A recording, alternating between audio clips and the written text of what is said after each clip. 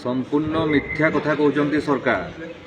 देवगढ़ जिले में ओडिशा सरकार नियम को उल्लंघन करिकी 4.5 किलो रु 5 किलो पर्यंत धान कटनी छटनी होउची। आम पाखरे वीडियो मध्य अच्छी। आम जिला प्रशासन को जनईचु, सीएसएम को जनईचु, डीआरसीएस को जनईचु।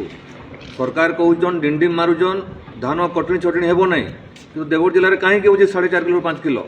देवगढ़ जिलार चाषी आखिरे लुह, ए लुह समस्त को भसई देव जी यही षड्यंत्र सब मिशंती। आ गोटे कथा, देवगढ़ जिला चाषी बहुल जिला, ये जिले में चाषी अवस्था भल नहीं। प्राय चाषी ए वर्ष टोकन आसुना।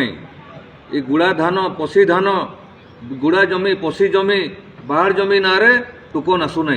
आमर दाबी है 4.5 किलो रु 5 किलो जो क्विंटाल पिछा सरकार कटनी छटनी कर तुरंत बंद करंतु और जहाँ जो जो चाषीर टोकन आसी ना टोकन दिंतु।